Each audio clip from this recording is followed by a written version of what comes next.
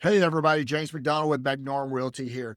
I wanted to get into today, let's talk about first time buyers and some things they need to be cognitive of, some things they need to consider. Honestly, some of these red flags that I'm going to talk about, there's 5 red flags. Honestly, buyers in general need to be paying attention to it.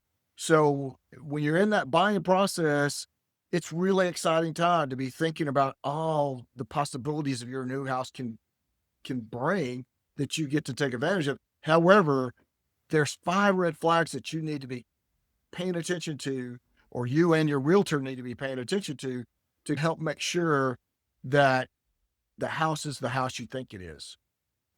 Red flag number one, foundations, specifically looking at hairline cracks, either in the mortar or in the brick.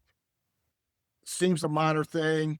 This is definitely one of those times where this will pay to actually go make sure you get an inspection done.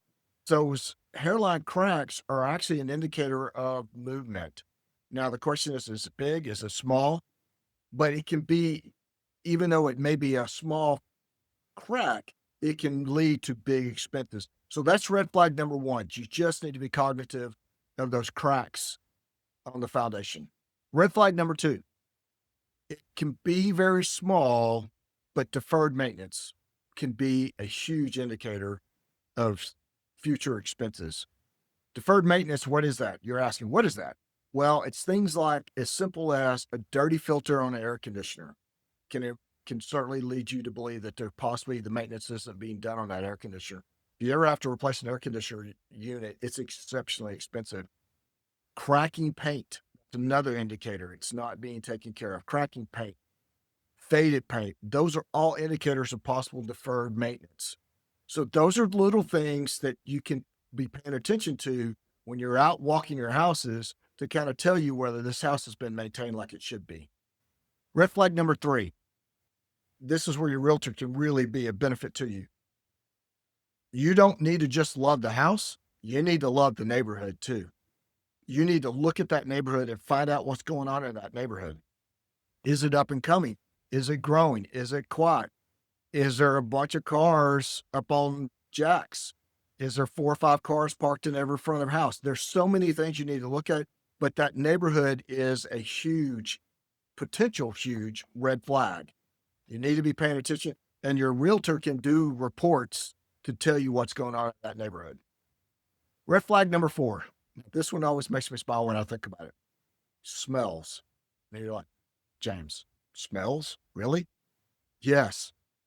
Odors, smells, strong, or even it could be fresh paint because they could be covering up other smells, specifically smokers. If the previous owner or tenant was a smoker, they could be covering that up. So it's something that you can use. We always talk about using your 5 senses, or your nose can definitely be a benefit to you there. Red flag number five. This is where your realtor will pay huge dividends. If it's overpriced, there's a lot of sellers who have this philosophy. It's a cute. Have you seen the way it's built? Have you seen the way it looks? It's a cute. Somebody's going to pay that number. Just because it's cute doesn't mean somebody's going to pay that. So this is where your realtor comes in. Doing those CMAs for you, those competitive market analysis, will give you, they'll be able to tell you whether it's priced right or if it's overpriced or whatever. My dear old dad used to always say, something's only worth what somebody's willing to pay. So lean on your realtor, pay attention. If they tell you they think the house is overpriced, you need to be very responsive to that and let them work their magic.